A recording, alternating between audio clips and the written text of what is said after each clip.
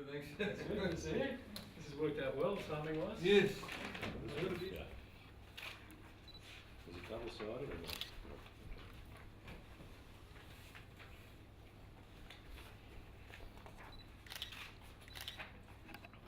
I've been in politics for 16 years.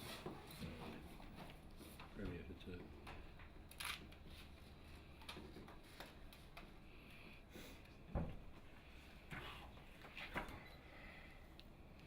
Stand about that.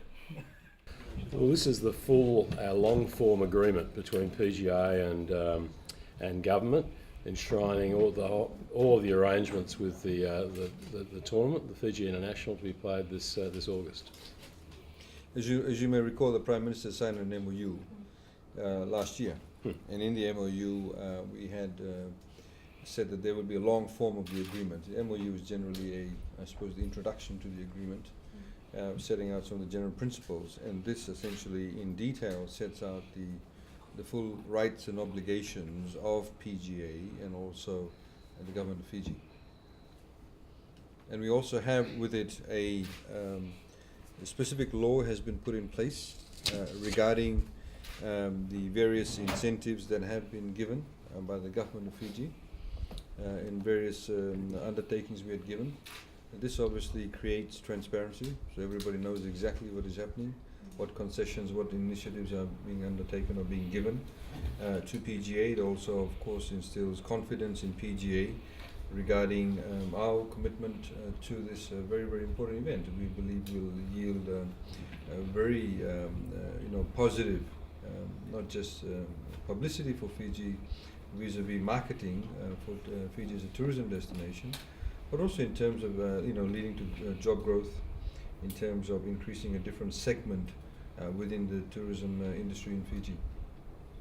We've announced Vijay Singh a couple of weeks ago, and I was at the US Masters in Augusta earlier this week with Vijay and talking to him, and he asked whether we'd allow his son Cass to play as well. Cass is a professional golfer, and he's going to be playing and coming back to Fiji, coming to Fiji for the first time in his life. So that's going to be wonderful. That's the Vijay story. Beyond that, we're in advanced discussions with a number of other players, but we're not in a position to announce them yet. Having got this one signed, we'll now advance those quickly. We're very confident though of getting a high quality field, and it's going to be a wonderful event. And from our perspective, you also understand that given this is the first year, you normally when these types of tournaments start up, that probably by the second year and third year we'll get a lot more bigger names also that'll come to the tournament. And we also appreciate the fact that PGA is working within various time constraints. But of course they'll use all their best endeavours to get a better, good field. But we look forward to even bigger and better fields in the following years. And I know that a lot of the players who play this year will go back and talk to their colleagues and say what a wonderful country Fiji is, what a challenging golf course they're going to be playing on, and rave about the hospitality and friendship that they'll get from the Fijian people. So I concur. The second year will grow and the tournament will grow from there, but we intend to have a very successful tournament this year just to kick it off. If I could start, perhaps, we're going to be showcasing this tournament into over 40 countries with a footprint or a reach of over 400 million people, and the imagery of Fiji, the imagery of the golf course is going to, in our opinion, showcase Fiji in a wonderful light, and we believe will lead to ongoing tourism. Over time, we'll also be highlighting the real estate that's available for sale adjacent to the golf course through FNPF, and we're pretty sure that through extolling the virtues of that real estate, there'll be plenty of investment in this country as a consequence.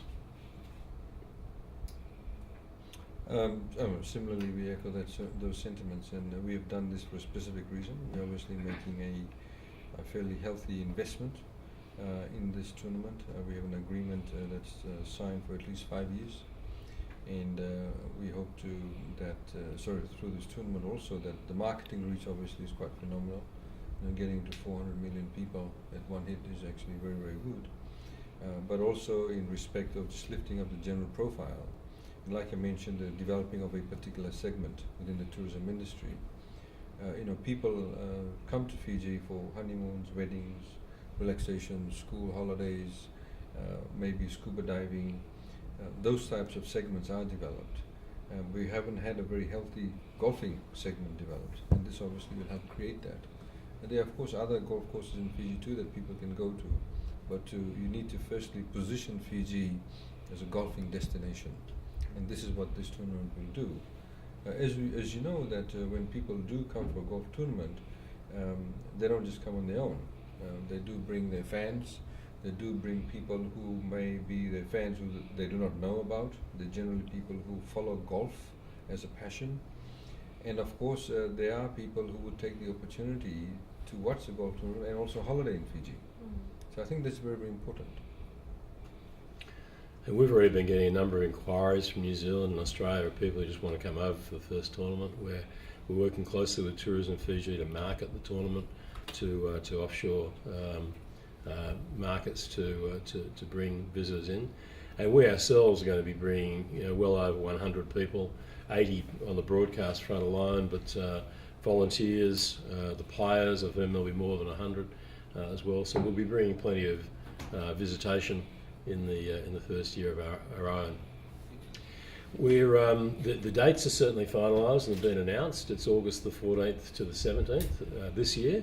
It's in a period of the year when daylight is not as generous to us as other times of the year, so that means that we can't have a full field that we might have in an October or November period.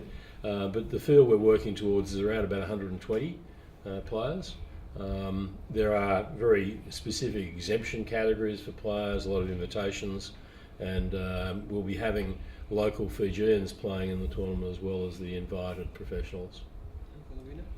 It's a $1 million purse, and under conventional golf distribution, the winner receives about 18% of that. So it'll be what's that?